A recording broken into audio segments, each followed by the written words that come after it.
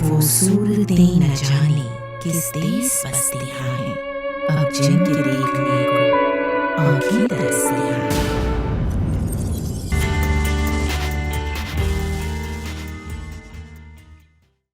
होगा किसी फलक पर वो खुर्शीद जलवागर, कहते हैं आफताब कभी डूबता नहीं। वो सिख सहाफी। ओए कुड़िए, 12.5% सिख हूँ, इसलिए कि 5 कक्कों में मेरे पास कड़ा और एक छोटा सा कंगा ही रहता है। बाकी 3 कक्के किरपान और कच्छा तो बिल्कुल नहीं है। अलबत्ता केस हैं जो ना होने के बराबर हैं।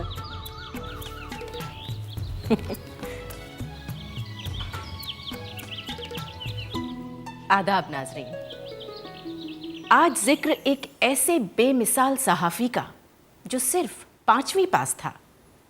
उर्दू जिसकी मादरी ज़बान ना थी, लेकिन जिसने अपनी मेहनत और खुदादाद सलाहियत से उर्दू ज़बान में शुद्ध बुद्ध हासिल की। आपका अखबार अपने दौर का बेहतरीन हफ्त रोज़ा था। हिंदुस्तान की 600 रियासतों की कारगुजारियों से निहायत बाखबर जरीदा था। आप सहाफ़त की उस सिन्फ के अजीम पेशावर थे जिसे इन्वेस्टिगेटिव जर्नलिज्म कहते हैं। आज जिक्र एडिटर रियासत सरदार दीवान सिंह मफ्तू का। अपने मिशन की कामयाबी के लिए आप 15 बार गिरफ्तार हुए और तकरीबन 8 जेलों की हवा खाई। महाराजा अलवर एडमिनिस्ट्रेशन की बद इंतज़ामी और अपने आमाल के बायस अपनी रियासत से निकाल दिए गए थे।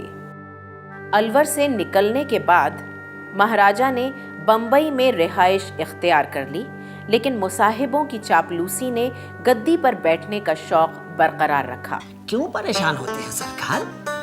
मिसेस एनी बेसेंट इंग्लिस्तान में वायसरॉय लॉर्ड वेलिंगटन की साली के घर रुकी थी।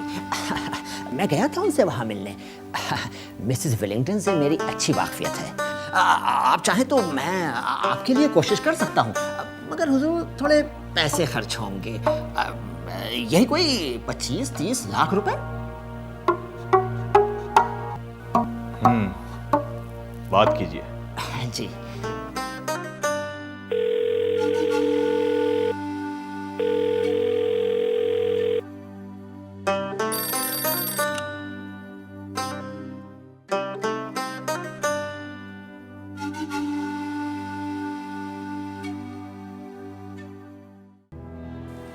हेलो, मुझे एडिटर रियासत दीवान सिंह मफ्तू कहते हैं। आप मेजर कैम्बल से महाराजा अलवर के लिए चार्टर ले आए या नहीं?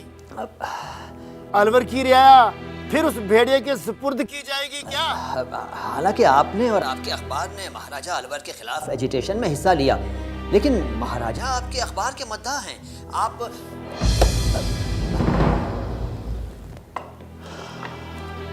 Check out for me. मैं वापस बॉम्बे जा रहा हूँ। Okay sir.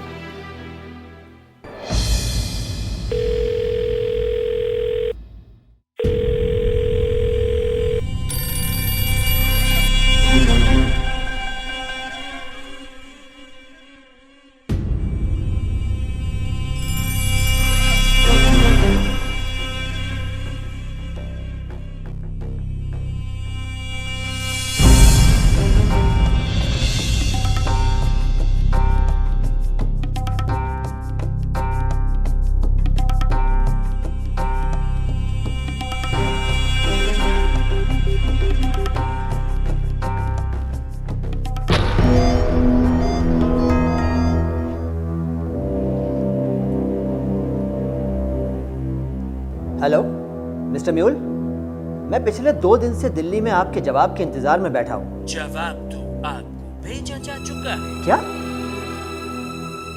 ये दीवान सिंह के अलावा कोई नहीं हो सकता। आप उससे पूछताछ कीजिए।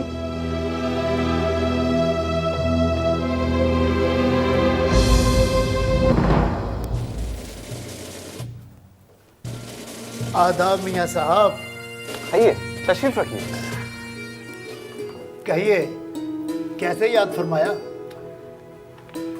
बहुत दिन हो गए थे आपसे खैरियत दरियाफ्त किए हुए, तो सोचा आपसे मुलाकात कर ली जाए। और सुनाइए, अखबार कैसे चल रहा है? कृपा है ऊपर वाले की। और महाराजा अलवर आजकल कहाँ हैं? मियाँ साहब, ये ना पूछिए कि महाराजा अलवर कहाँ है, ये पूछिए कि लॉर्ड वेलिंगटन के हाथों का लिखा हुआ वो खत कहाँ है जो महाराजा अलवर के मुतालिक वॉइस राय ने मिस्टर जमुना दास द्वारका दास को मिस्टर स्करे की कोठी पर भेजा और जो गुम है, जिसमें लिखा था कि चूंकि मेजर कैम्बल महाराजा अलवर का वापस जाना मुनासिब नहीं समझते और पॉलिटिकल डिपार्टमेंट को भी एतराज़ है, इसलिए वॉइस राय मुदाखलत करना पसंद नहीं करते और वो महाराजा अलवर के लिए कुछ नहीं कर सकते। सही कहा जा रहा है। दीवान सिंह एडिटर रियासत के हाथों रियासतों के अलावा वायसरॉय हाउस भी महफूज नहीं। तहरीक आज़ादी हिंद के दौरान सरदार दीवान सिंह मफ्तू ने वालियाने रियासत के काले कारनामों का पर्दाफाश करने की ठानी। दीवान सिंह अखबार हिंदुस्तान में काम करते थे कि एक दिन मशहूर सिख लीडर मास्टर मोता सिंह आपसे मिलने आए। सत श्री अकाल दीवान सिंह जी। सत श्री अकाल जी, आइए तशरीफ रखिए।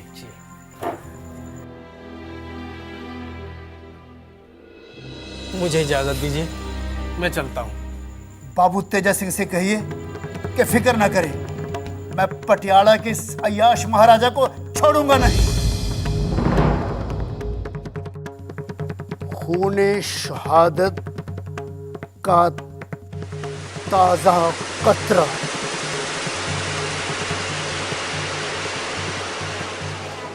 बेहया बेशरम स्कूल की लड़कियों पर बुरी नजर रखता है। बाबू तेजा सिंह देवता स्वरूप इंसान है, वो भला लड़कियां इसके लिए चाइल्ड क्यों भेजने लगा? जब इस पैम्फलेट की खबर महाराजा के आदमियों को हुई तो महाराजा ने अपने असर रसूख का इस्तेमाल किया और बहक़े सरकार ये पैम्फलेट जब्त कर लिया गया और पुलिस ने दफ्तरी के पास जो बकिया 1800 पैम्फलेट्स थे वो अपने पास मंगा लिए। लेकिन दीवान सिंह ने हथियार नहीं डाले। मास्टर मोता सिंह और तेजा सिंह से मशवरा किया और दिल्ली पहुंचकर दोबारा इस पैम्फलेट को छपवाया और लोगों में तकसीम किया। आप इस हुक्म अदूली के लिए दिल्ली में गिरफ्तार किए गए और मिस्टर टॉलिंटन की अदालत में पेश हुए।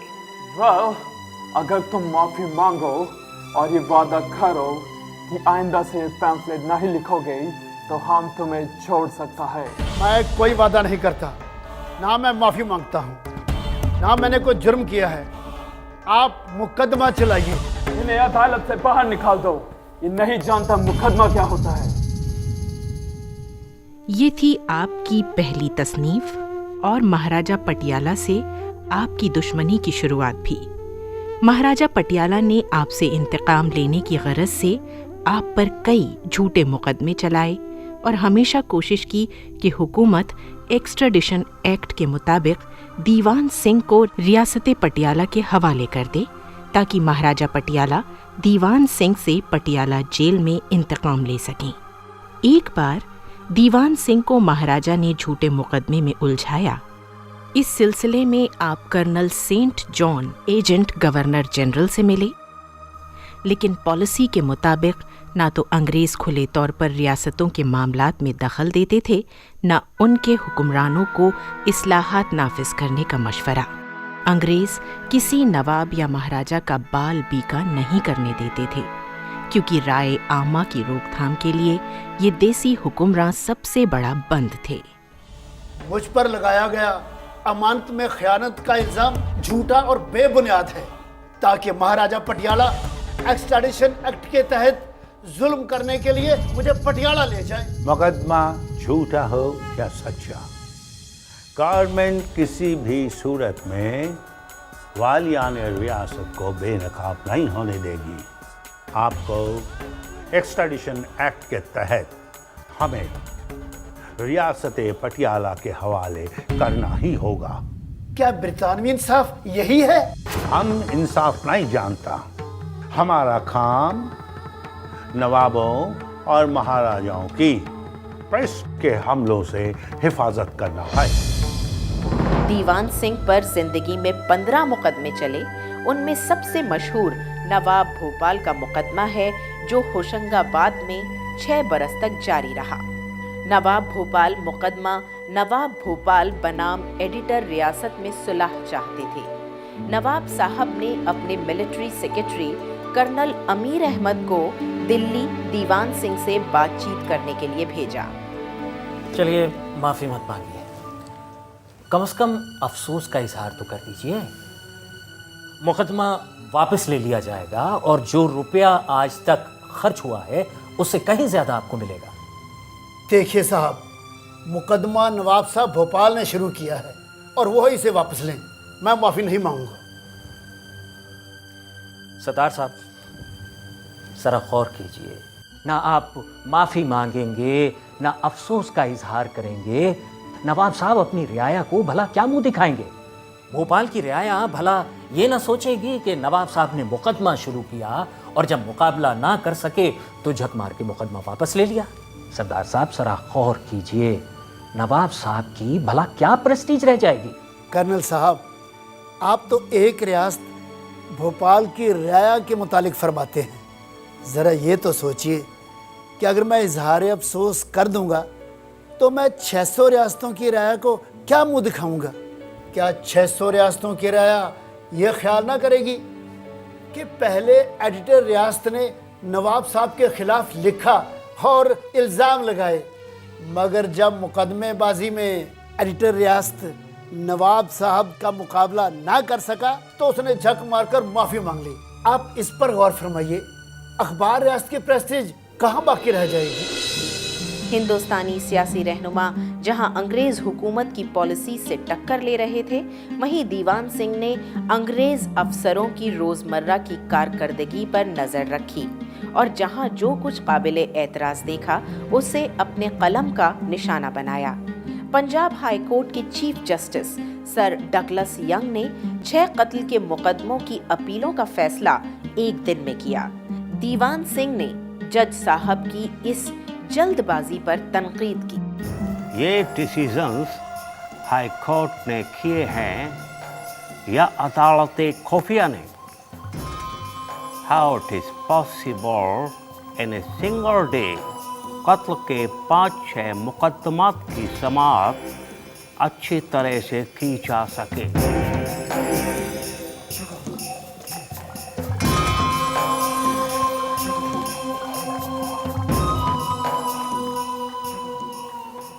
Yeah, come here.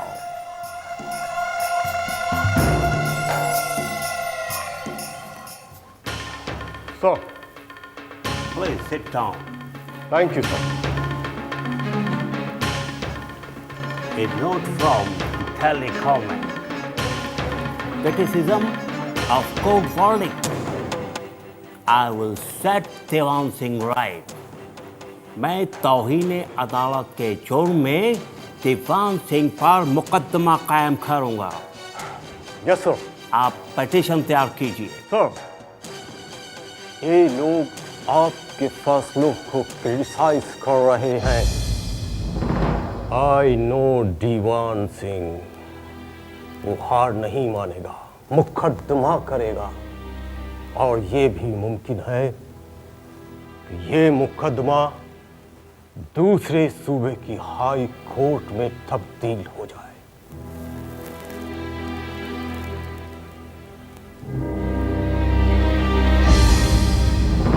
Diwan Singh मफ्तों की विलादत 19 अगस्त 1890 में मुत्तहिदा हिंदुस्तान के ज़िला गुजरावाला की तहसील हफीज़ाबाद में एक खन्ना खत्री सिख खानदान में हुई थी। आप 1 माह 10 दिन के थे जब आपके वालिद का इंतकाल हुआ। आपके वालिद एक कामयाब डॉक्टर थे और काफ़ी पैसा छोड़कर गए थे, लेकिन धीरे धीरे ये पैसा ख़त्म हो गया और जब दीवान सिंह 12 साल के थे तो मजबूरन आपको पढ़ाई छोड़कर 5 रुपए माहवार पर हाफिज़ाबाद में एक बजाज की दुकान पर मुलाजमत करनी पड़ी। 3-4 साल यहाँ काम करने के बाद आप फिरोजपुर के सिविल अस्पताल में 6 रुपए माहवार पर कंपाउंडर मुकर्रर हो गए। यहाँ से आप मोंगा अस्पताल में आए, जहां आपने डॉक्टर मथुरा दास से मोतियाबिंद का ऑपरेशन करना सीखा और फिर मानसा रियासत पटियाला में आज़ादाना निजी तिब्बी प्रैक्टिस शुरू की। आप जहां कहीं भी रहे, आपने रिसाले बीनी से खुद को जोड़े रखा। आप फ़न सहाफ़त सीखने के लिए मुदीर रोज़नामा हमदम सैयद बशारत अली जालिब देहलवी के पास लखनऊ गए और वहाँ 6 महीने बिना किसी मुआवजे के काम किया। फिर आप लाहौर आए और हिंदुस्तान में मुलाजमत की। क्या बात है सरदार साहब, क्या सोच रहे हैं? आइए आइए, तशरीफ रखिए। क्या बात है? रियासत नाभा की मुलाजमत के दौरान बहुत कुछ देखा। जुल्म और सितम के कई वाक़यात का गवाह बना। आसपास की रियासतों में होने वाली बदउनवानियों से भी वाकिफ हूँ। सोचता हूँ रियासतों की मजलूम रियाया की रूदात हुकूमत हिंद और अवाम तक पहुँचाऊँ। शायद इससे मजलूम रियाया की मुसीबतों का हल निकले। अच्छा ख्याल है। अखबार निकालना चाहते हैं। एक ऐसे अखबार की सख्त ज़रूरत है जो वालियान रियासत की मनमानी और अवाम पर जुल्म को तश्त अज़बाम कर सके। देसी रियासतों के मामलात और हालात पर सराहत से तनकीद करें। आप बिस्मिल्लाह कीजिए, मेरी दुआएं आपके साथ हैं। शुक्रिया। रियासत 1924 में 1500 रुपए की लागत से दिल्ली में जारी हुआ। 1942 में महात्मा गांधी की गिरफ्तारी के फौरन बाद हजारों कांग्रेसी गिरफ्तार हुए। एडिटर रियासत सरदार दीवान सिंह मफ्तू को भी सेफ्टी एक्ट के तहत गिरफ्तार करके मुख्तलिफ जेलों में रखा गया। जेल में अखबार बीनी, खतो किताबत और पैसे रखने को ममनू करार दे रखा था ताकि कैदी दुनिया और हिंदुस्तान के हालात से कतई बेखबर रहें। लेकिन जेल के एक मुलाजिम से 2 आने में मिलने वाले ट्रिब्यून के 2 पर्चों की कीमत 2 रुपए तय करके बाखबर रहने का इंतजाम सरदार दीवान सिंह मफ्तू ने कर लिया था। सत श्री अकाल बाजी। सत श्री अकाल भाई। अब कुछ कोफ्त कम हुई सरदार साहब। यहाँ हम 686 कैदी हैं और ट्रिब्यून की सिर्फ 2 कापियों का इंतजाम है, और वो भी कभी कभी तो दूसरे तीसरे दिन पढ़ने को मिलता है। ऊपर से 2 आने का अखबार हमें 2 रुपए में खरीदना पड़ता है। फिर भी पता तो चल ही जाता है कि बाहर की दुनिया में क्या चल रहा है। और अखबार रियासत तक के रास्ते का कोई रास्ता बना? जेल के एक अफसर को डाक भेजने और मौसूल करने पर लगा दिया है, और साहब उन्होंने इतना बड़ा खतरा बिना मुआवजे के कबूल किया है। क्या जेल वालों की मार्फत खत भेजना और वसूल करना नामुमकिन बात है? लेकिन मैं तो रोज 20-25 खत भेजता भी हूँ और वसूल भी करता हूँ। जेल के कौन से अफसर आपकी मदद कर रहे हैं? मेरा उसूल है कि मैं अपनी खबरों के माखज़ को और मेरी मदद करने वाले के नाम को कभी अफशा नहीं करता, चाहे कुछ भी हो जाए। आप बहुत बेबाक और निडर थे। आपने अंग्रेजों के बनाए ऑफिशियल सीक्रेट एक्ट की खिलाफ वर्जी की। आप इसकी वजह से जेल में पूरी तरह बाखबर रहते थे। मुल्तान जेल में सियासी कैदियों पर पाबंदियां सख्त थीं, जिसकी वजह से कैदियों ने हुक्काम के साथ नॉन कोऑपरेशन शुरू कर दिया था, जिसकी वजह से हुकूमत ने सख्तियों में इजाफा कर दिया था। सुप्रिटेंडेंट जेल सरदार राम सिंह कैदियों को देखने के लिए हर रोज सुबह आया करता था। एक रोज सुबह आया।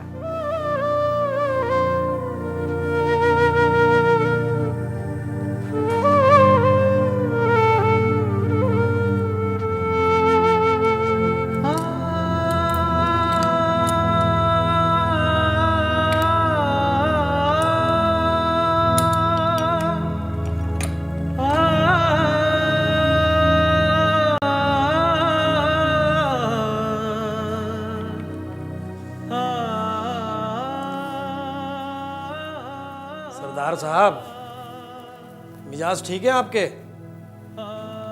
कोई तकलीफ है क्या? तकलीफ का क्या सवाल है। जहाँ हम बारात में तो आई नहीं जो आराम और राहत की तलाश में हूँ, और ना हमें आराम की जरूरत है।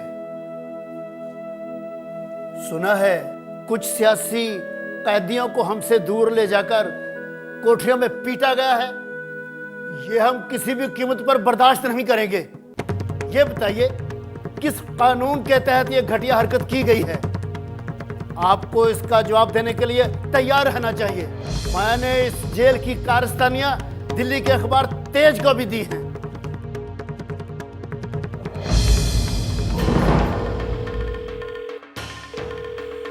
सर, दीवान सिंह एक ख़तरनाक किस्म का एजिटेटर है। ये जेल के तमाम कैदियों को वर्गला देगा। इसको किसी दूसरी जगह भेजा जाए। जेल में खतो किताबत की इजाज़त नहीं, ऐसे में उसने तेज तक राब्ता कैसे कायम किया? तुम क्या कर रहे हो वहाँ? मैं तहकीक करता हूँ।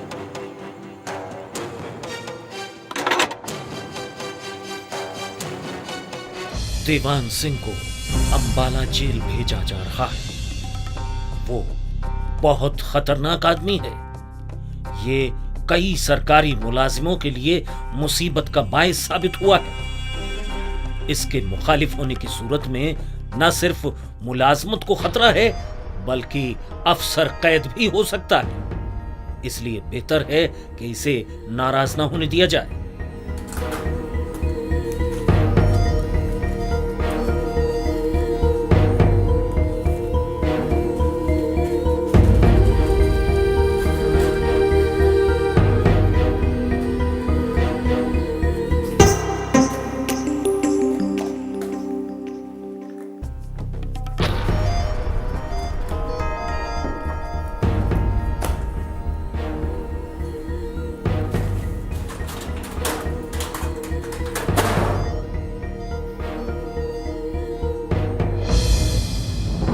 सर, दीवान सिंह के कमरे की कई बार तलाशी ली गई। उसके कमरे में कुछ भी बरामद नहीं हुआ। उसके पास पैसा है ही नहीं। जेल के जिन मुलाजिमों पर शक था कि दीवान सिंह को अखबार मुहैया कराते हैं और खतो किताबत के लिए उनकी मदद भी करते हैं, जी, उनकी ड्यूटी तो दूसरे वार्डों में लगा दी गई और वो कंपाउंडर देखा गया था बात करते हुए, उसका तो तबादला ही कर दिया गया। इसके बावजूद उनके अखबार बीनी और खतो किताबत जारी है। ये गद्दारी बिना पैसे लिए तो कोई करेगा नहीं। Yes sir.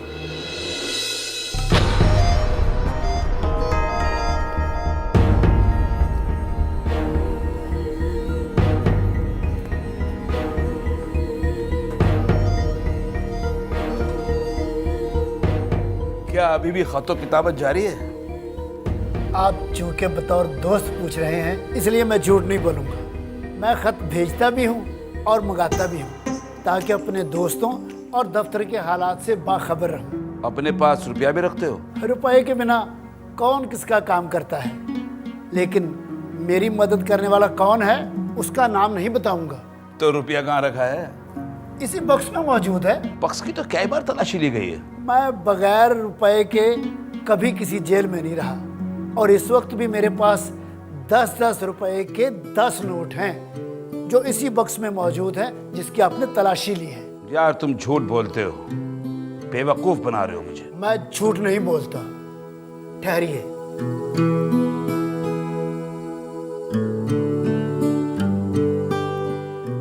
ये देखिए रुपया।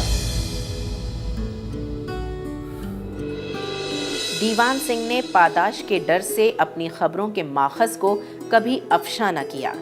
रियासत के क़ारईन और नामा निगारों ने इत्तलात दी और ख़त लिखे, लेकिन इन इत्तलात और खतूत का कभी नाजायज़ इस्तेमाल नहीं किया गया। आपने राज की बातें हमेशा अपने सीने में अमानत के तौर पर छुपा कर रखीं। दर्जनों महारानियों और बेगमात ने अपने शौहरों और अजीज़ों के ख़िलाफ़ इत्तलात दी, खतूत लिखे, ज़रूरी कागज़ात अमानत के तौर पर रखे। ये कागजात 1857 में हुए गदर के ज़माने के हैं, जो बहादुर शाह जफ़र के रिश्तेदार मिर्ज़ा इलाही बख्श के ख़ानदान की एक खातून ने बतौर अमानत मुझे रखने के लिए दिए थे। फिर 1947 में वो पाकिस्तान चली गई और वहाँ उनका इंतकाल हो गया।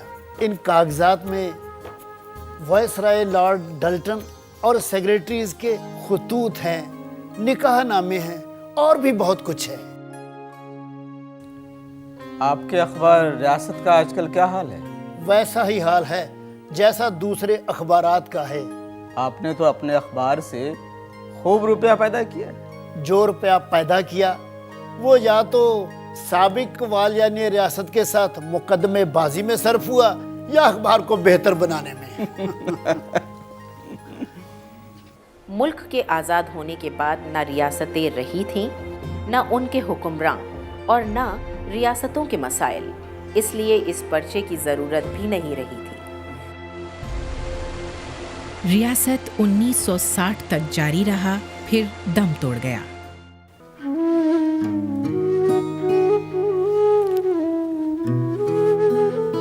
सरदार दीवान सिंह मफ्तू ने अपनी मेहनत और सलाहियत के बल पर खूब कमाया, लेकिन जो कमाया उसे अपने पास नहीं रखा। खाया पिया, खिलाया पिलाया और ख़त्म किया। ज़ईफ़ी में आप राजपुरा देहरादून में सुकूनत पजीर हुए।